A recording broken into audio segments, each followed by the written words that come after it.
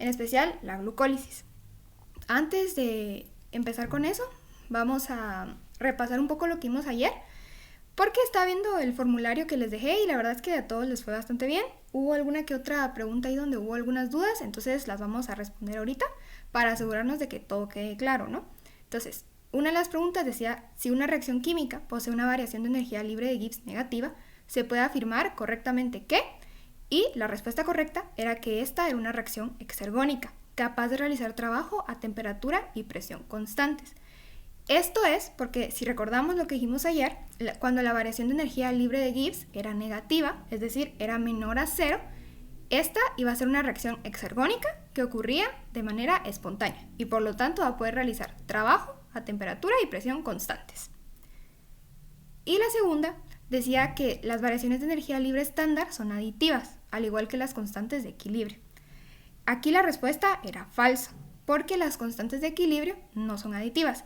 Si recordamos, las variaciones de energía libre sí son aditivas. Esas sí las podemos sumar cuando tenemos un sistema de reacciones.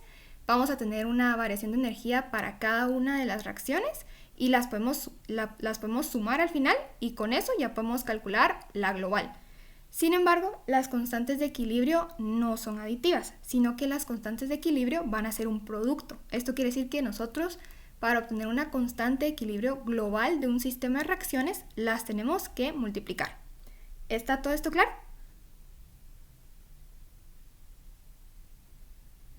Ok, entonces ya que ya repasamos esto, vamos ya como tal a entrar a lo que serían los ejercicios. Vamos a empezar con ejercicios más sencillos, que puede que resulte un poco tedioso porque van a ser como un poco lo mismo, pero es para que vayamos repasando y nos vayamos familiarizando con el procedimiento, ¿no? Y ya después vamos a ver que ya vamos a ver unos ejercicios un poquito más complicados. Todos estos ejercicios yo los saqué del libro de Leninger, del capítulo 13, en la parte final, ahí están los ejercicios. Igual yo les voy a compartir más tarde, no sé si ustedes lo tengan, pero igual se los voy a compartir el link del solucionario de Leninger. Entonces ustedes ahí pueden ir repasando, haciendo los ejercicios y con el solucionario ven si les quedaron bien o si tienen que cambiar algo. Entonces yo se los voy a compartir después, pero vamos a empezar. Este dice, calcule la variación de energía libre estándar para las siguientes reacciones metabólicas, catalizadas por enzimas, a 25 grados Celsius y a un pH 7, condiciones estándar, a partir de las constantes de equilibrio dadas. Entonces, la primera reacción dice que tenemos glutamato más oxaloacetato, y este se va a transformar en aspartato más alfa-cetoglutarato. La constante de equilibrio aquí va a ser de 6.8. Entonces, aquí es muy sencillo. Lo único que tenemos que hacer es identificar la ecuación que vamos a utilizar. Como nos están pidiendo la variación de energía libre estándar, ya sabemos que tenemos esta ecuación que une lo que es la variación de energía libre estándar con la constante de equilibrio, que es esta que tenemos acá. Voy a ver si tengo mi puntero. Acá está. Entonces sería esta ecuación que tenemos acá. Entonces, como aquí ya nos dan la constante de equilibrio, nosotros prácticamente lo único que tenemos que hacer es sustituir los datos que tenemos del problema en esta ecuación. Tenemos que la constante de los gases tiene un valor de 8.315 joules sobre mol por Kelvin, que es lo que tenemos acá. Les puse aquí la tabla pues para que se puedan ir guiando más o menos, porque casi siempre vamos a estar utilizando estos mismos datos de la constante de gases, los grados Kelvin, las constantes de equilibrio. Entonces acá tienen la tabla para que ustedes ya se vayan familiarizando. Pero lo único que tenemos que hacer es sustituirlo. Y tenemos 298 grados Kelvin. Si se recuerdan, es muy importante que nosotros convirtamos los grados Celsius en grados Kelvin, porque casi siempre en todos los problemas nos los van a estar dando como grados Celsius. Pero si nosotros ingresamos estos grados Celsius en la ecuación, nos va a quedar mal. Entonces nosotros lo que tenemos que hacer es convertirlo. Yo ayer les dije que se podía convertir. Ustedes toman los grados Celsius que les dan, en este caso 25, y les suman 273 o 273.15, dependiendo de cómo les pidan. Les suman 273 y eso ya les da lo que serían los grados Kelvin. En este caso serían 298. Y el logaritmo natural de la constante de equilibrio, que en nuestro caso es 6.8. Al resolver esto, nos queda una variación de energía libre estándar de menos 4.749.89 joules por mol. O, si lo convertimos a kilojoules, sería de menos 4.7. ¿Cómo lo pasamos de joules a kilojoules? Simplemente lo vamos a dividir dentro de 1000. Lo dividimos dentro de 1000 y ya nos queda lo que sería kilojoules por mol. Esto va a depender de cómo se los estén pidiendo. Generalmente siempre les van a decir si lo quieren en joules por mol o si lo tienen que colocar en kilojoules por mol. Ahora, viendo el valor que tenemos de la variación de energía libre estándar, ustedes me dicen, ¿la reacción va a ocurrir de forma espontánea? ¿Sí o no? Sí. Correcto. Va a ser de forma espontánea porque es una reacción exergónica.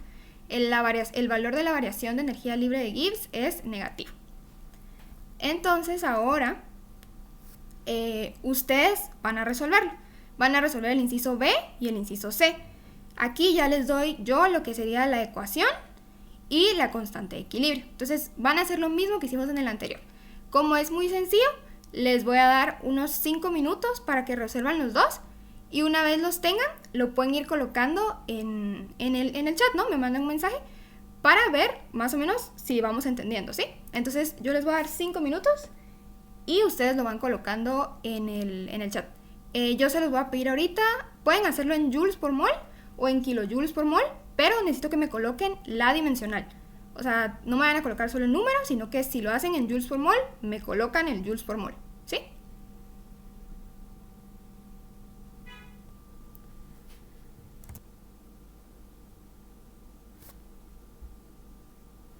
Ok. Entonces vamos a continuar. Ahora lo que vamos a hacer es el contrario, digamos, ¿no? Vamos a partir de una variación de energía libre estándar, vamos a calcular la constante de equilibrio. Entonces nos dice, calcule la constante de equilibrio de cada una de las reacciones a pH 7 y temperatura de 25 grados Celsius, siempre condiciones estándar, utilizando los valores de la variación de energía libre estándar. Entonces, nos dan la fórmula. Tenemos glucosa 6-fosfato más agua, se hidroliza y forma glucosa más fosfato inorgánico. Y la variación de energía libre estándar es de menos 13.8 kilojoules por mol. Entonces, tenemos la ecuación con la que hemos partido siempre y vamos a ir sustituyendo estos valores dentro de la ecuación. Ustedes pueden, antes de ir sustituyendo los valores, despejar la ecuación, digamos despejar lo que estamos buscando, que sería la constante de equilibrio, o pueden, que es lo que yo hago porque se me facilita más, primero sustituir los valores y ya con los valores dentro de la ecuación ya voy despejando, ¿no?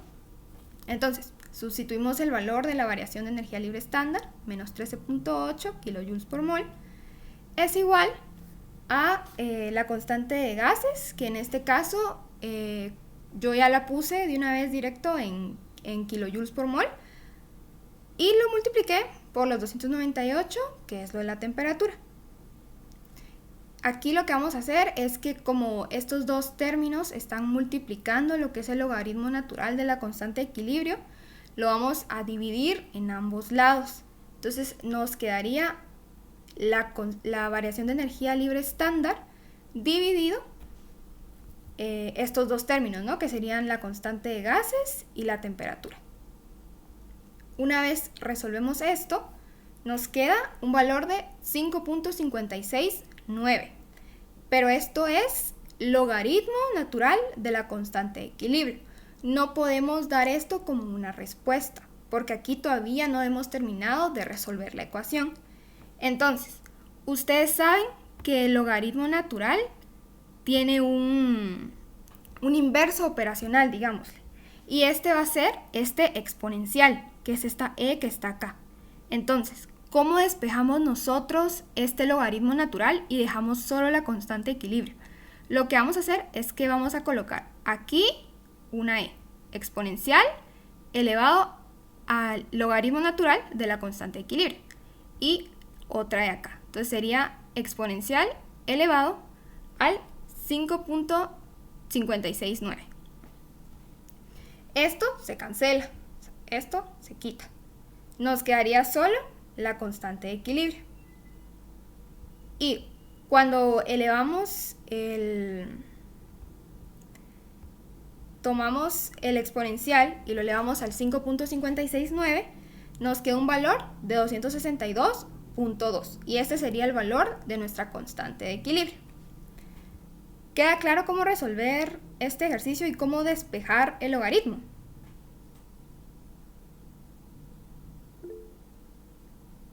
Sí, decime. Sí, tengo una duda en respecto a que, digamos, el menos 13.8 Ujú. no pasa como positivo, o sea, como se está pasando del otro lado. Ah, como tal, no le estamos pasando al otro lado, si te das cuenta. Porque lo que aquí estamos haciendo es que técnicamente esto es lo que estamos pasando a dividir al otro lado. Y como está pasando a dividir, cuando son división o multiplicación, que no es como tal que lo pasemos como a lo contrario, ¿no? Porque lo que realmente estamos haciendo es que estamos dividiendo tanto aquí, dentro de todos estos dos términos, y aquí también, ¿no? Aquí también estamos dividiendo dentro de estos dos términos. Entonces, cuando nosotros estamos dividiendo, como este negativo es parte de este número, no se cambia el signo.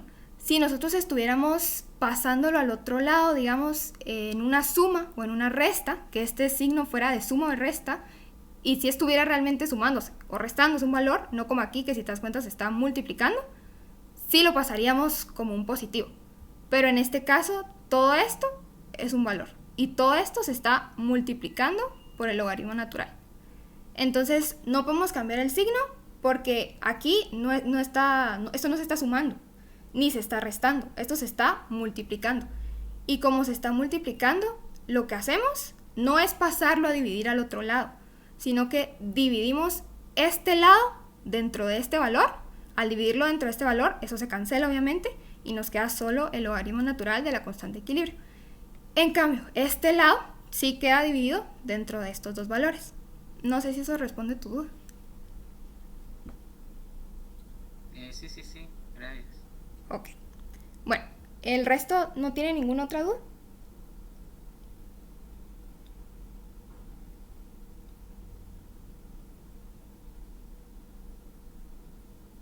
Bueno, Sí, entonces... disculpa, Ah, sí. ¿de dónde, perdón, No, no, no, perdón, dale. Victoria, ¿de dónde se sacó el 0.008315? Es que Ah, no te escuché al principio. no, no tengas pena. Va. Yo aquí lo puse directamente en kilojoules por mol. Pero, si nos recordamos, vamos a regresar, aquí en la tabla tenemos la constante gases, que es la que hemos estado utilizando para resolver todos estos problemas. Y aquí nos la dan como joules por mol. Entonces, yo lo único que hice fue dividirla dentro de 1000. Y entonces así ya me quedó como kilojoules por mol, que es este valor que está aquí, el 0.008315. Y lo hice así porque como aquí ya nos están dando esto en kilojoules, era más fácil que simplemente esto lo pasáramos a kilojoules. Porque siempre tenemos que tener las mismas dimensionales.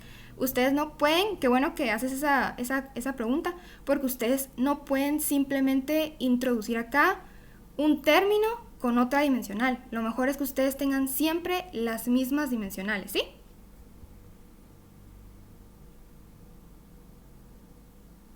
Ya quedó claro, muchas gracias. Ok.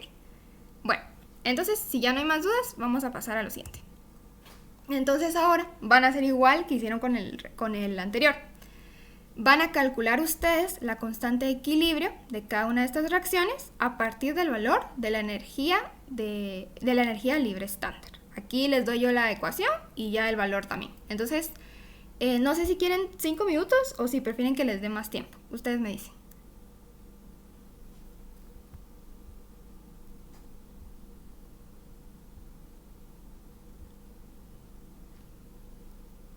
Bueno, les voy a dar 5 minutos. Y si no lo tienen, pues vemos en más tiempo. Yo les voy a dar una ecuación en la cual con esto se les va a facilitar a ustedes calcular lo que es la constante de equilibrio. ¿Por qué? Porque esta es la misma ecuación que hemos estado utilizando para resolver todos estos problemas, pero aquí ya está de una vez despejada. Si se recuerdan, en el ejercicio anterior la fuimos despejando paso a paso para que vieran cómo se hacía, porque generalmente el doctor pide la ecuación desde un inicio, la ecuación original, y que ustedes la vayan despejando. Pero también para que se les facilite y para que puedan resolver ejercicios más fácil, les voy a dar ya la ecuación despejada, la cual dice que la constante de equilibrio es igual a la exponencial elevado a menos la variación de energía libre estándar dividido la constante de gases R por T, ¿no? Entonces, ustedes pueden utilizar esta ecuación o pueden utilizar la ecuación original e irla despejando. En caso de algún examen, yo les recomiendo que utilicen la ecuación original y coloquen el despeje, porque el doctor sí generalmente lo pide así, no pide simplemente la ecuación simplificada, ¿no? Entonces, yo les recomiendo que sepan cómo despejarla y comprendan cómo se puede despejar, pero esta ecuación también les puede ayudar para que sepan qué es lo que deberían tener al final cuando ustedes ya despejen, ¿no? Entonces, ahora sí, las respuestas. Para el inciso B, vemos que la respuesta es de una constante de equilibrio de 612. ¿Qué hicimos? Simplemente introdujimos los términos en esta ecuación que yo les acabo de dar, ¿no? O en la ecuación original, si ustedes la despejaron desde cero. La variación de energía libre estándar, menos 15.9, dividido la constante de gases por la temperatura. Siempre recuerden la temperatura en grados Kelvin, nunca en grados Celsius, ¿no? Ahora, para el inciso C, la segunda ecuación. Malato se transforma en fumarato más agua, ¿no? Y tenemos una variación de energía libre estándar de 3.1 kJ/mol. ¿Qué hacemos en esta? Nuevamente lo mismo. Introducimos los términos en la ecuación que les acabo de dar. Entonces sería el exponencial elevado a el valor de la variación de energía libre estándar. Y esto nos da un valor de 0.29. Recuerden, las constantes de equilibrio no llevan dimensionales. Ahora, el problema nos dice, si se incuba una disolución 0.1 molar de glucosa 1-fosfato a 25 grados Celsius con una cantidad catalítica de fosfoglucomutasa, la glucosa 1-fosfato se transforma en glucosa 6-fosfato. En el equilibrio, las concentraciones de los componentes de la reacción son, nos dan la ecuación, glucosa 1-fosfato se transforma en glucosa 6-fosfato. Vemos que es una ecuación muy sencilla, un reactivo, un producto. La concentración de glucosa 1-fosfato, 4.5 por 10 a la menos 3 mol, y la de glucosa 6-fosfato, 9.6 por 10 a la menos 2 mol. Ahora, nosotros en base a esta ecuación y a estas concentraciones que están al equilibrio, vamos a calcular la constante de equilibrio y también la variación de energía libre estándar. Primero, siempre iniciamos calculando la constante de equilibrio de las ecuaciones. Entonces, ¿cómo se calcula la constante de equilibrio? La concentración de los productos, en este caso glucosa 6-fosfato, dividido la concentración de los reactivos. En este caso solo tenemos glucosa 1-fosfato. Entonces serían 9.6 por 10 a la menos 2, dividido 4.5 por 10 a la menos 3. Esto nos da 21. Si se dan cuenta, no tiene dimensionales. ¿Por qué? Podemos decir que se cancelan los moles con los moles. Entonces, no tenemos dimensionales. Ahora, es tan sencillo como que simplemente vamos a introducir este valor de la constante de equilibrio que nos quedó en nuestra ecuación que hemos estado utilizando para resolver todos los ejercicios.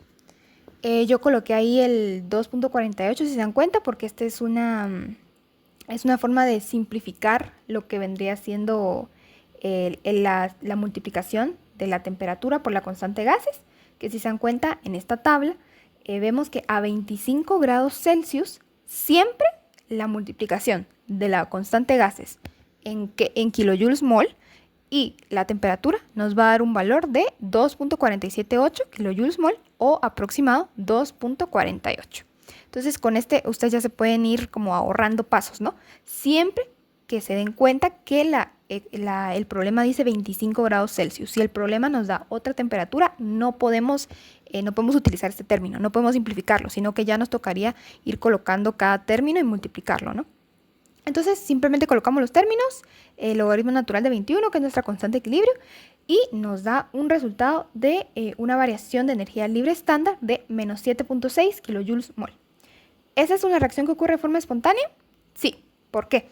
Si vemos, tenemos una variación de energía libre estándar negativa. ¿Qué quiere decir esto? Que es una reacción exergónica, y recordemos que las reacciones exergónicas son espontáneas. Pueden producir trabajo a temperatura y presión constantes. Entonces, vamos a continuar con el siguiente ejercicio. Ok, este ejercicio nos dice que calculemos la energía libre estándar de la hidrólisis de ATP utilizando las constantes de equilibrio de estas reacciones a 25 grados Celsius. Tenemos la primera reacción que nos dice que la glucosa 6-fosfato se hidroliza a glucosa más fosfato y tiene una constante de equilibrio de 270. Y la segunda reacción nos dice que el ATP más la glucosa se transforma en ADP más glucosa 6-fosfato y tenemos una constante de equilibrio de 890. Si nos damos cuenta, aquí lo que está pasando es que se están acoplando las dos reacciones mediante una hidrólisis de ATP, porque si nos damos cuenta, nosotros al ser la sumatoria de las dos reacciones, nos queda que el ATP más agua, o sea, se está hidrolizando, es igual al ADP más fosfato inorgánico. ¿Por qué? Se cancela glucosa 6-fosfato de la primera reacción en los reactivos y glucosa 6-fosfato de la segunda reacción en los productos. Y cancelamos también la glucosa, ¿no? Que está en la segunda reacción como reactivo y en la primera reacción como producto. Ahora, si se recuerdan, yo les mencioné que las constantes de equilibrio no son aditivas. Y si se dan cuenta, aquí lo que nos están dando es constantes de equilibrio. Entonces, ustedes no pueden sumarlas, no pueden hacer como con las variaciones de energía libre estándar, que nosotros teníamos la de la ecuación 1 y la de la ecuación 2 y las sumábamos. No, estas son un producto, es decir, se van a multiplicar.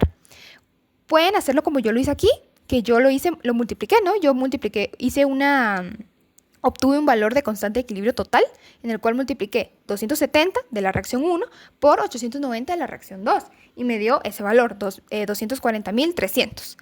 Pero también lo pueden hacer diferente. Ustedes, vamos a resolver primero esto y luego les voy a decir cómo podemos hacerlo diferente, ¿no? Aquí, como ya tienen el valor de una constante de equilibrio total, simplemente ingresan este valor dentro de la ecuación que hemos estado utilizando, que es esta de la variación de energía libre estándar, y ya nos da un valor de menos 30.7 kilojoules mol. Pero el otro método que yo les menciono es que ustedes vayan sacando cada una de las variaciones de energía libre estándar de cada una de las reacciones. Que si se dan cuenta es con la ecuación que tenemos ahí, ¿no? O sea, ustedes sacan con esa ecuación la variación de energía libre estándar de la reacción 1, que era la de la glucosa, y con el valor de 270, ¿no? Y luego pueden sacar con esa misma ecuación la de la ecuación 2, con una constante de equilibrio de 890. Y luego, como recordamos, las variaciones de energía libre estándar sí son aditivas. Ustedes pueden sumar estos dos valores, el valor que obtuvieron de la reacción 1 y el valor que obtuvieron de la reacción 2, sumarlos y ya les va a dar un resultado total. Y si ustedes quieren comprobarlo, pueden pausar el video, lo hacen, se van a dar cuenta que este valor va a ser el mismo que nos dio acá, o sea, va a darles también menos 30.7 kilojoules mol. Entonces pueden hacerlo de cualquiera de los dos métodos, pero yo prefiero este porque es más rápido. Ahora, esta es una reacción exergónica o endergónica. Exergónica, ¿por qué? Tenemos un delta en la variación de energía libre estándar negativo, y esto significa que la reacción va a ser espontánea. Sí, va a ser espontánea. Entonces, como les decía, pueden resolverlo de cualquiera de las dos formas. Simplemente tienen que asegurarse siempre de no estar perdiendo términos, no estar saltándose números, no estar comiéndose por ahí algún signo o algo. Entonces, si prefieren, para verlo más claro, pueden hacerlo por separado, ¿no? Como yo les decía, pueden sacar la variación de energía libre estándar de la primera reacción, la variación de energía libre estándar de la segunda reacción, y así pues ya pueden sumarlas, ¿no? Ya obtienen una global. O si no, pueden ahorrarse esos pasos, que es un poco lo que yo hice aquí, y multipliqué los dos valores para ya obtener uno total, y ya así directamente con un solo valor obtuve la variación de energía libre estándar. Ahora, nos dice que calculemos la constante de equilibrio para este sistema de reacciones, utilizando los valores de la variación de energía libre estándar. Tenemos la primera reacción que nos dice que glucosa 1-fosfato produce glucosa 6-fosfato y tiene una variación de energía libre estándar de menos 7.3 kilojoules mol. Y tenemos la segunda que nos dice que glucosa 6-fosfato produce fructosa 6-fosfato. Estas son reacciones catalizadas de forma enzimática, ¿no? Pero aquí no están las enzimas por razones de simplicidad. Y esto tiene una variación de energía libre estándar de 1.7 kilojoules mol. Si nosotros aquí realizáramos una sumatoria de estas dos reacciones, que ya vamos a ver más adelante, notaríamos que se va a ir cancelando, ¿no? Se va a ir cancelando lo que sería lo que tenemos en común, que si nos damos cuenta, tenemos en la segunda reacción la glucosa 6-fosfato como reactivo y en la primera reacción la glucosa 6-fosfato como producto. Entonces esto se cancela y nos queda solamente que la glucosa 1-fosfato se transforma en fructosa 6-fosfato. Esto vamos a darnos cuenta más adelante cuando estemos viendo la glucólisis, que estas son reacciones de la glucólisis. Y si se recuerdan, yo les mencionaba que estas reacciones están dándose a una velocidad constante. Entonces, prácticamente solo vamos a tener un producto que va a ser el inicio, la glucosa, y el final, ¿no? Que sería lo del piruvato. Y todos los intermediarios se van a ir como que cancelando porque se están convirtiendo inmediatamente en otros productos de forma constante, ¿no? A velocidad constante. Entonces, aquí, como nos dan las variaciones de energía libre estándar, es tan sencillo como sumarlas. Sumamos la de la primera con la segunda, obtenemos una variación de energía libre estándar global, que nos da menos 5.6 kilojoules mol. Esto lo vamos a introducir en nuestra ecuación y aquí, nuevamente, como nos piden la constante de equilibrio, vamos a ir despejando este valor. Y vemos que al final nos queda que la constante de equilibrio tiene un valor de 9.56. Sin dimensionales, recordemos, la constante de equilibrio no tiene dimensionales. Aquí para el despeje es muy sencillo. Ustedes solo tienen que ir dándose cuenta de que no vayan perdiendo términos, ¿no? Ahora, ahora continuamos con el siguiente ejercicio. Dice, considere la interconversión siguiente, que tiene lugar en la glucólisis, y en base a esta reacción calcule la variación de energía libre estándar si la constante de equilibrio se determinó a 25 grados Celsius. Nos dan la ecuación, fructosa 6-fosfato se transforma en glucosa 6-fosfato. Es una reacción otra vez muy sencilla, un reactivo, un producto. Y nos dan el valor de la constante de equilibrio, 1.97. Aquí es tan sencillo como introducir este valor dentro de la ecuación y nos va a dar un valor de variación de energía libre estándar de menos 1.68 kilojoules mol. Ahora, vamos a darnos cuenta de cuál es la diferencia justamente entre este valor de la variación de energía libre estándar, que tiene el prima, que podemos ver, tiene un prima y un circulito ahí arriba, y lo que vendría siendo la variación de energía libre, que es este que no tiene el prima ni tiene el circulito arriba, ¿no? ¿Qué dice? Si se ajusta la concentración de fructosa 6-fosfato a 1.5 molar y la de glucosa 6-fosfato a 0.5 molar, ¿cuál es el valor de la variación de energía libre real? Que es este que tenemos sin el delta prima. Entonces, para este vamos a utilizar esta otra ecuación que yo también ya se las había dado en la primera clase, que dice que la variación de energía libre real es igual a la variación de energía libre estándar más la constante de gases por la temperatura, en grados Kelvin, por el logaritmo natural del coeficiente de masas. ¿Qué es el coeficiente de masas? Vendría siendo como la constante de equilibrio, pero aquí no vamos a utilizar la constante de equilibrio porque si se dan cuenta nos están dando valores diferentes de concentraciones. Acá no nos está diciendo que la reacción está al equilibrio y no está en concentraciones de equilibrio, está en otras concentraciones. Entonces no podemos utilizar la constante de equilibrio, nosotros utilizamos el coeficiente de masas. ¿Cómo se saca el coeficiente de masas? Igual que la constante de equilibrio, eso nos lo hace mucho más fácil. Es simplemente la concentración de los productos dividido la concentración de los reactivos. En este caso, 0.5 molar de la glucosa 6-fosfato dividido el 1.5 molar de la fructosa 6-fosfato. Y nos da un valor de 0.97. 333. Ahora, esto lo vamos a ir introduciendo estos términos dentro de nuestra ecuación. El menos 1.68 que ya habíamos calculado anteriormente, la variación de energía libre estándar a condiciones estándar, más el 2.48, que si se recuerdan, esto era lo que yo les mencionaba del valor de la constante de gases por la temperatura en grados Kelvin, y el logaritmo natural del coeficiente de masas que calculamos y nos dio 0.333. A nosotros despejar esto nos da un valor de menos 4.4 kilojoules mol. Ahora, ¿por qué es que estos valores son diferentes? Aparte de la diferencia obvia que vemos, que el primer valor, el primer delta, tiene ese prima, que es como una comita arriba, y ese circulito, que esto nos dice que es en condiciones estándar. Entonces esta va a ser la variación de energía libre estándar, que obviamente solo va a ser en lo que vendrían siendo las condiciones estándar, que habíamos mencionado que era temperatura de 25, pH de 7, las concentraciones de 1 molar para todos los componentes de la reacción, es decir, 1 molar productos, 1 molar reactivos. Mientras que la variación de energía libre real no va a estar en esas condiciones.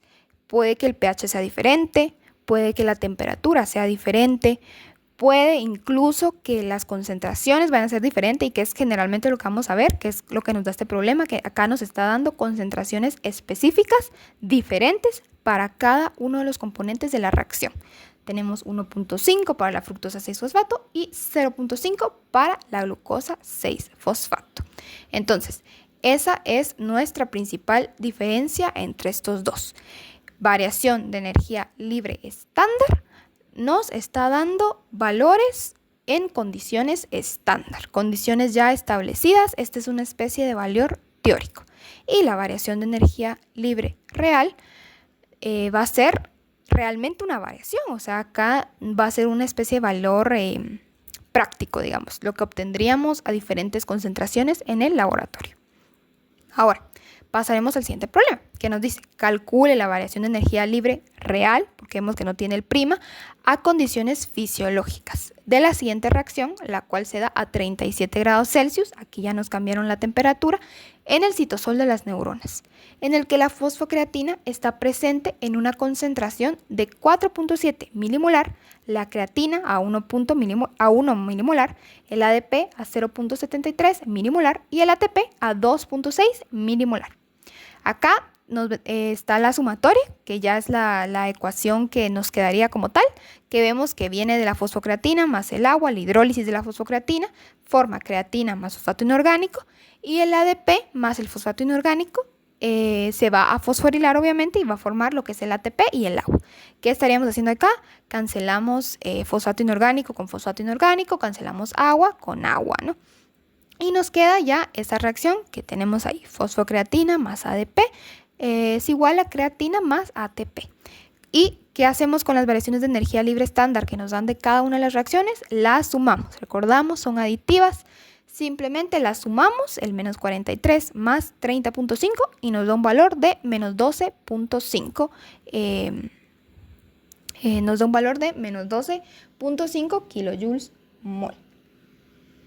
Bueno, entonces, una vez ya calculamos la variación de energía libre estándar global, lo que vamos a hacer es calcular el coeficiente de masas, porque si se recuerdan, otro de los términos que nos pedía esta ecuación, que es la ecuación que está ahí abajo, que dice que la variación de energía libre real es igual a la variación de energía libre estándar más la constante de gases por la temperatura por el logaritmo natural del coeficiente de masas, ¿no? Entonces vamos a calcular el coeficiente de masas, que sería el único término que nos hace falta en esta ecuación.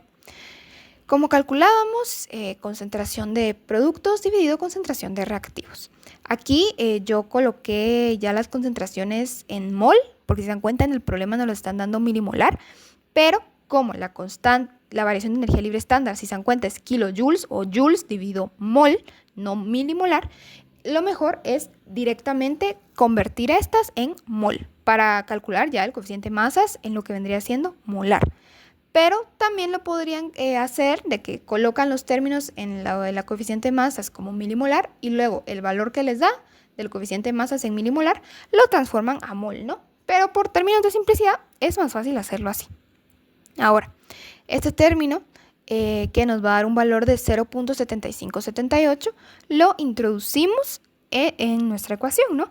Y nos queda que menos 12.5, que viene de la variación de energía libre estándar que calculamos, más el 0.008315, que es nuestra constante de gases ya en kilojoules mol por Kelvin, por 310 Kelvin, que es la temperatura, que si se dan cuenta aquí no es 25, entonces no va a ser 298 Kelvin, son 37 más 273 y nos da 310 Kelvin. Acá es muy importante que no vayamos a confundirnos, no vayamos a tomar siempre la temperatura como 25 grados Celsius, porque aquí nos está diciendo que es a condiciones fisiológicas. Recordemos, temperaturas fisiológicas son temperaturas a las cuales los seres humanos funcionamos y nosotros tenemos una temperatura media de 36.5, 37, ¿no? Entonces, 37 grados Celsius lo convertimos a Kelvin, 310 grados Kelvin. Esto por el logaritmo natural del coeficiente de masas, 0.7578. Y esto nos va a dar un valor de menos 13.2 kilojoules mol. Pueden ponerlo en kilojoules mol o vendrían siendo como menos 13.200, creo, de joules mol.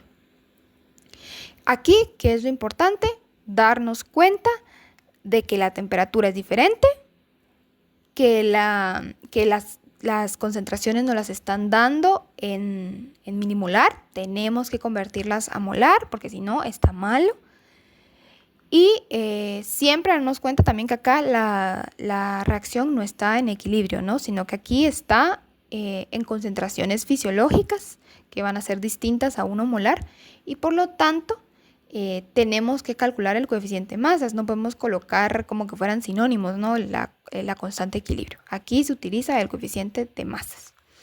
Ahora, mantengan en mente ese valor que calculamos porque vamos a realizar una segunda parte, digamos, de este problema. Dice, se requiere un total de 30.5 kilojoules mol de energía libre para sintetizar ATP a partir de ADP y fosfato inorgánico, cuando reactivos y productos se encuentran a concentración 1 molar y la temperatura es de 25 grados Celsius. Debido a que las concentraciones fisiológicas reales no son 1 molar, la temperatura no va a ser 25, sino que va a ser 37 grados Celsius, calcule la energía libre requerida para sintetizar ATP en el hepatocito humano a concentraciones de ATP 3.5 milimolar, ADP 1.5 milimolar y fosfato inorgánico 5 milimolar. Nuevamente nos damos cuenta, temperatura diferente a 25, son 37 grados Celsius, concentraciones diferentes a 1 molar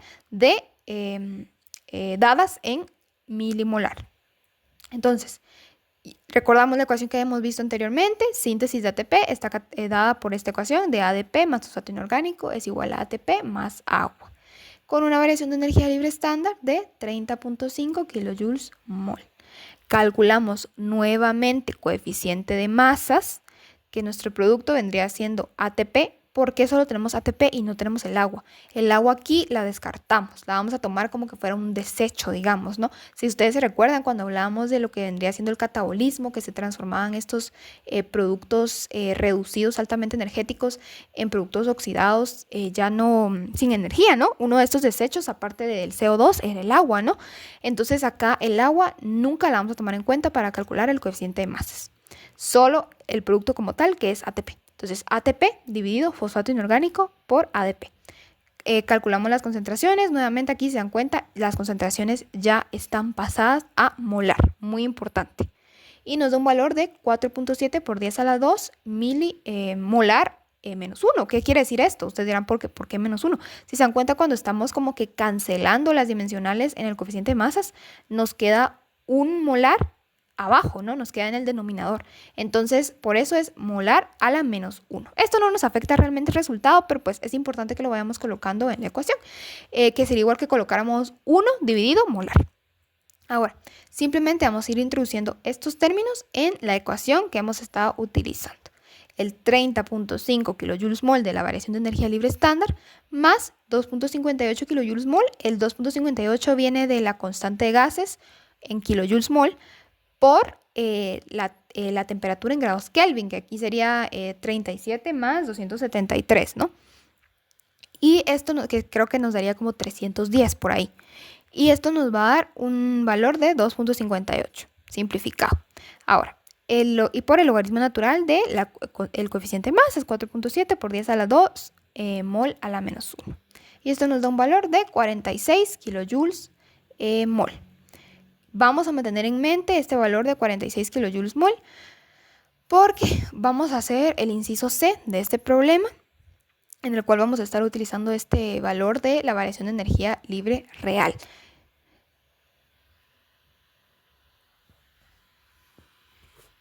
El problema nos dice, un adulto de 68 kilogramos requiere una ingesta calórica de 8.360 kilojoules, que vendrían siendo 2.000 calorías de alimento por día en 24 horas.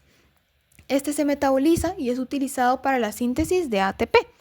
Suponiendo que la eficiencia de conversión de la energía del alimento en ATP sea del 50%, calcule el peso de ATP utilizado por un ser humano adulto en un periodo de 24 horas, un día, si el ATP tiene un peso molecular de 503 gramos por mol. Y también nos pide calcular qué porcentaje representa en la síntesis de ATP, el ATP, respecto al peso corporal. Entonces, ¿qué vamos a hacer acá? Vamos a tomar esos kilojoules que nos dice que la persona está consumiendo al día, que son 8.360, y nos está diciendo que no se está utilizando todo para sintetizar ATP, solo se está utilizando un 50%. Entonces, ¿cómo calculamos el 50% del 8.360? Lo multiplicamos por 0.5. Y esto nos da 4.180 kilojoules. Entonces, para la síntesis de ATP vamos a utilizar 4.180 kilojoules de los que la persona consumió al día. Recordamos que habíamos calculado el valor de la variación de energía libre real de la síntesis de ATP, que era de 46 kilojoules mol. ¿Qué quiere decir esto? Que para nosotros sintetizar un ATP estaremos utilizando 46 kilojoules mol en condiciones fisiológicas, o sea, vamos a estarlo utilizando en los humanos, ¿no? A 37 grados Celsius. Entonces, si nosotros tenemos 4.180 kilojoules en total que podemos utilizar, gastar, digamos, para producir ATP, y para cada ATP se utilizan 46 kilojoules mol, con 4.180 kilojoules, ¿cuánto ATP vamos a poder producir? Entonces, ¿cómo lo calculamos? Simplemente dividimos 4.180 kilojoules por los 46 kilojoules mol. Y esto nos da un valor de 90.86 moles de ATP. Eso es lo que vamos a poder estar produciendo.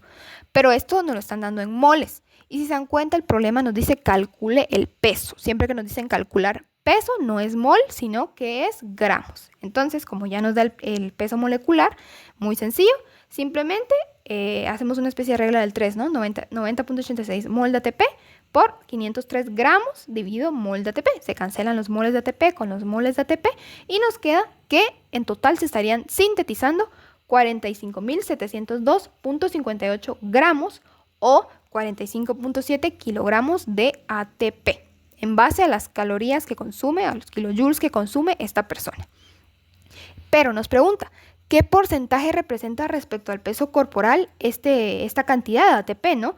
Entonces, ¿cómo lo vamos a calcular? Acá ya el problema ya nos está diciendo que la persona pesa 68 kilogramos. Entonces, 45.7 kilogramos de ATP, que es lo que estamos sintetizando al día, dividido 68 kilogramos, para ver qué porcentaje representa, ¿no? De este peso total. Y lo multiplicamos por 100 para así obtener el porcentaje. Y esto nos va a dar que el peso de ATP que se está sintetizando en un periodo de 24 horas, es decir, en un día, en este adulto que consume esta cantidad de calorías y tiene este peso, representa el 67.2% de peso respecto al peso corporal total de esta persona. Si se dan cuenta, es un problema que quizás en su presentación, en el párrafo, puede parecer un poco complicado. Decimos como esto que tiene que ver, cómo se puede resolver esto, pero cuando ya vamos como que analizando cada cosa, nos damos cuenta que en realidad es un problema que se resuelve muy sencillo, ¿no? Simplemente es tener bien presente qué significa esta variación de energía libre real. El que nosotros nos dé ese 46 kilojoules mol significa que esa es la energía que se está gastando para poder sintetizar ATP. Eso lo tenemos que tener siempre en cuenta. Y ya con eso, pues ya es tan sencillo como simplemente ir ahí calculando más o menos cuánto se está sintetizando, cuánto se está gastando, qué porcentaje es, ¿no? Es muy sencillo.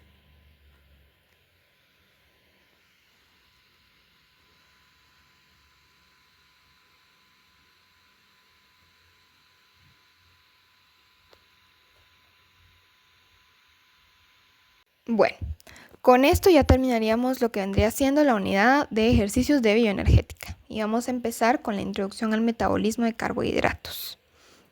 Esta es una unidad un poco extensa, quizás de las más extensas, junto con la que vamos a ver después, que la de la respiración oxidativa, ¿no? Pero es una unidad de las más bonitas también, pero sí es un tanto extensa. La mayor parte de este contenido es de memorizarlo, porque no se va a poder aprender de otra forma, es pura estarlo memorizando, todas las rutas, las enzimas de las rutas. En específico vamos a ver ciertas enzimas en particular, ¿no? Pero bueno, ¿qué es como tal el metabolismo de carbohidratos? Veremos que la glucosa ocupa una posición central en lo que es el metabolismo de plantas, animales y microorganismos. Esto es porque la glucosa es una molécula muy versátil. Esto quiere decir que la glucosa podemos oxidarla por completo a estos productos de desecho, que serían CO2 y agua, y vamos a obtener con esto una alta energía potencial, es decir, es un muy buen oxidante, ¿no? Se va a obtener mucha energía a partir de la oxidación de la glucosa. Y la glucosa también nos va a servir como un precursor de varios intermediarios, que nosotros con esto vamos a poder obtener otras moléculas a partir de la glucosa. Nos va a dar como un esqueleto carbonado para producir otras moléculas. E igual vamos a ver que la glucosa tiene distintos destinos en lo que va a ser el metabolismo, que van a ser como funciones, papeles que la glucosa va a cumplir, que son la síntesis de polisacáridos complejos extracelulares. ¿Esto qué quiere decir? La glucosa nos va a servir para sintetizar lo que vendría siendo componentes de la matriz extracelular, componentes de las paredes celulares. La glucosa se puede almacenar como polisacárido, es decir, la glucosa también cumple un papel de almacenamiento, que vamos a ver que se puede almacenar como estos complejos, como el glucógeno, por ejemplo, la sacarosa, que cuando la célula lo necesite puede venir y recurrir a esas reservas energéticas que vamos a tener, y va a venir y va a tomar el glucógeno y lo va a transformar en glucosa. Y así, en caso que la célula tenga necesidades que requieran energía, va a poder tomar estas reservas energéticas, obtener glucosa de ellas y a partir de esto obtener ATP y tener energía, ¿no? Para poder cumplir sus funciones celulares normales. Ahora, la glucosa tiene dos vías de oxidación principales, que son la oxidación a piruvato para formar ATP, veremos que también se forma NADH, vía la glucólisis. Esta es la principal, de las más famosas, la glucólisis. ¿Qué producto nos da la glucólisis? El piruvato. Y bueno, como subproductos podríamos decir también el ATP y el NADH, ¿no? Y tiene otra vía de oxidación en la cual es la conocida vía de las pentosas fosfato, que también se conoce como la ruta del fosfoglucanato, ruta de la hexosa monofosfato. Vamos a ver más adelante justamente dónde viene este nombre de ruta de las vías pentosa fosfato. Y esta, así como la glucólisis nos daba como producto lo que es el piruvato, esta nos va a dar como producto un compuesto denominado ribosa 5-fosfato. Y vamos a ver que este nos va a servir como un precursor de lo que es la síntesis de ácidos nucleicos, ¿no? Y va a tener y también nos va a dar esta vía, así como la glucólisis nos daba NADH y ATP, esta vía nos va a dar NADPH, que es una molécula energética que, si se recuerdan, vimos en la clase pasada que nos va a servir como poder reductor, nos va a proporcionar poder reductor en reacciones anabólicas, que vamos a ver más adelante qué es esto del poder reductor, ¿no? Y quiero que se queden con la ecuación, ¿no? Ahora, la digestión y absorción de carbohidratos. Nosotros vamos a obtener estos carbohidratos de la dieta, ¿no? Lo podemos obtener como polisacáridos, por ejemplo, glucógeno, almidón, como disacáridos, que vendría siendo la sacarosa, la lactosa, que disacáridos obviamente son dos azúcares, ¿no? Vendrían siendo dos azúcares unidos. Pueden ser los mismos o pueden ser diferentes. Y monosacáridos, como la glucosa, la fructosa. Estos los obtenemos nosotros de la dieta, pero vamos a darnos cuenta que únicamente pueden ser absorbidos los monosacáridos, porque son más pequeños, son más compactos, así sí pueden absorberse. Pero los polisacáridos y los disacáridos, generalmente que tienen un mayor volumen, no van a poder ser absorbidos tan fácilmente. Entonces, nosotros tenemos ciertas enzimas que nos van a poder permitir digerir estos polisacáridos, estas moléculas más complejas, y transformarlas en monosacáridos que sí podamos absorber. Por ejemplo, en la boca tenemos la alfa-amilasa salival que va a ir digiriendo, ¿no? Desde el primer momento en el cual los alimentos ingresan a la boca. Y en el intestino tenemos la alfa-amilasa pancreática, que la alfa-amilasa pancreática, como su nombre lo dice, es producida y secretada por el páncreas. Pero no va a actuar en el páncreas obviamente, sino que va a ser secretada como un zimógeno. La va a secretar a los conductos, el conducto pancreático principal. Y aquí en el intestino ya va a poder actuar como tal y va a poder ir degradando estos polisacáridos, estos disacáridos, a oligosacáridos más cortos, a monosacáridos más pequeños, que puedan ser absorbidos por las células epiteliales cilíndricas, células intestinales, que van a ser estas células con borde de cepillo, si recordamos que se conocen con borde de cepillo por las microvellosidades, ¿no? Y las vellosidades. Y veremos que la glucosa, una vez ya absorbida como monosacárido, va a ser transportada por transportadores de glucosa, que son los famosos GLUT. Vamos a ver más adelante. Y tenemos las rutas de la glucosa. Vamos a empezar con lo que es la glucólisis, que es como la principal. ¿Qué es glucólisis? Gluco de glucosa, lisis es degradación. Entonces es una degradación de la glucosa. ¿Cómo se define? Serie de reacciones catalizadas enzimáticamente que degradan una molécula de glucosa para formar 2 moléculas de un compuesto de 3 carbonos, el piruvato. Vamos a tener entonces una molécula de glucosa de 6 carbonos que vamos a partir, podemos decir, a la mitad, y vamos a obtener 2 compuestos de 3 carbonos cada uno, el piruvato. Esta serie de reacciones van a ir liberando energía que se va a conservar como ATP o como NADH si son electrones. Que vamos a ver que la glucólisis consume ATP, pero también produce ATP. Y las características es que es una ruta central, es universal y tiene un mayor flujo energético. Es decir que hay muchos tejidos que prácticamente, como el tejido cerebral, por ejemplo, tejido de la médula renal, que únicamente van a utilizar la glucólisis como la vía para obtener energía. Entonces, al ser esto una vía tan importante, necesitamos que haya un mayor flujo energético. Necesitamos que ocurra más, que se desvíe la energía que estamos consumiendo hacia esta vía. Y es universal, prácticamente universal, porque se da en casi que todas las células. Es una de esas rutas que mencionamos de metabolismo primario. Vamos a ver también que la glucólisis está formada por 10 reacciones sucesivas, es decir, que están ocurriendo una detrás de la otra. Y está catalizada cada una de estas reacciones por una enzima diferente. Y estas son llamadas enzimas citosólicas porque se encuentran en el citosol. La glucólisis tiene lugar en el citosol de las células, de casi todas las células. Y durante estas reacciones se van a ir formando intermediarios. Los intermediarios van a ser compuestos fosforilados, es decir, con un grupo fosfato o con 2 grupos fosfato, ya vamos a ver más adelante, de 3 o 6 carbonos, dependiendo. Y la glucólisis se divide en 2 fases principales, que van a ser la fase preparatoria, que representa las primeras 5 reacciones de la glucólisis, que esta fase vamos a ver que es una fase donde globalmente se van a consumir 2 ATP, y una fase de beneficios, que van a ser las otras 5 reacciones de la glucólisis para un total de 10 reacciones, que va a formar 4 ATP y 2 NADH. Igual acá ya podemos ir viendo que lo que vamos a obtener globalmente de ATP en la glucólisis no van a ser estos 4, obviamente, porque si estamos consumiendo 2 en la primera fase y estamos produciendo 4 en la segunda fase, realmente, si hacemos una resta, lo que nos está quedando son 2 ATP y los 2 NADH. Pero pues ya vamos a ver más adelante, como más a detalle, cuál va a ser esta obtención de ATP de la glucólisis.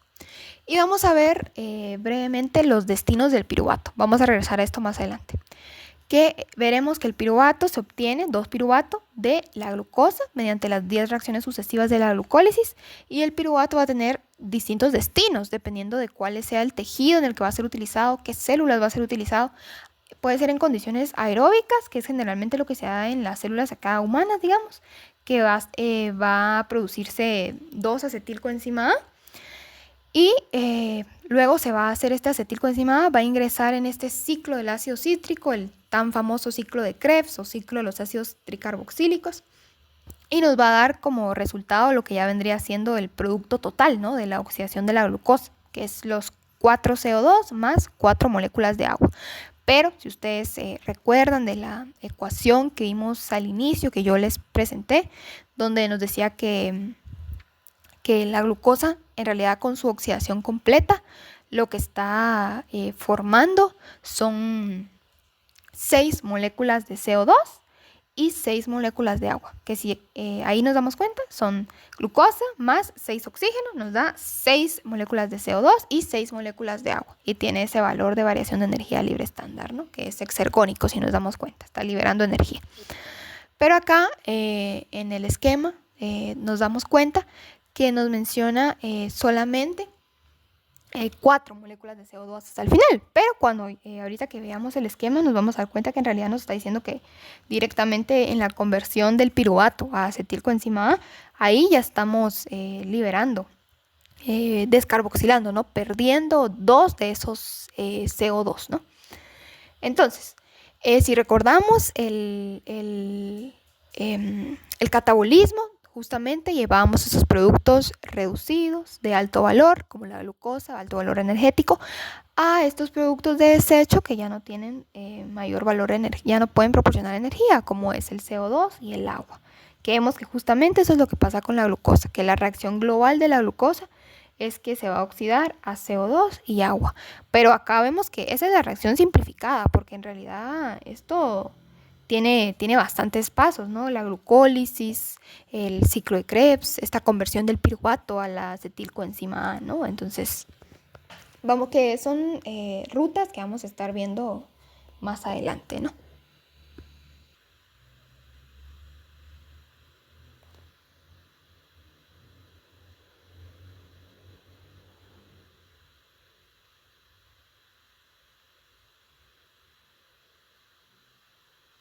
Y bueno, vamos a ver entonces este esquema global, ¿no?, de lo que vendría siendo las rutas del piruvato. Que vemos que de la glucosa se van a obtener 2 moléculas de piruvato, que acá no lo dice, pero obtienen 2 moléculas de piruvato a partir de la oxidación vía glucólisis, 10 reacciones sucesivas. En condiciones aeróbicas se forma acetilcoenzima A, y a partir de la acetilcoenzima A que ingresa al ciclo de Krebs se produce CO2 y agua. Y veremos que en condiciones anaeróbicas, por ejemplo en el músculo, células musculares, se va a producir lactato por medio de la fermentación láctica. Y estas condiciones anaeróbicas sin oxígeno. Y en otras condiciones anaeróbicas, pero esto casi nunca en células humanas, sino que más que nada en ciertos tejidos vegetales, en protistas, en levaduras principalmente, veremos que se produce etanol y CO2 por la fermentación etanólica o fermentación alcohólica, que vemos que es la fermentación alcohólica, ¿no?, que es la que se da, por ejemplo, en este Saccharomyces cerevisiae, que es una levadura que es la de la cerveza, ¿no?, la que produce el alcohol de la cerveza. Pero el piruvato también puede actuar como un precursor en rutas anabólicas, es decir, de síntesis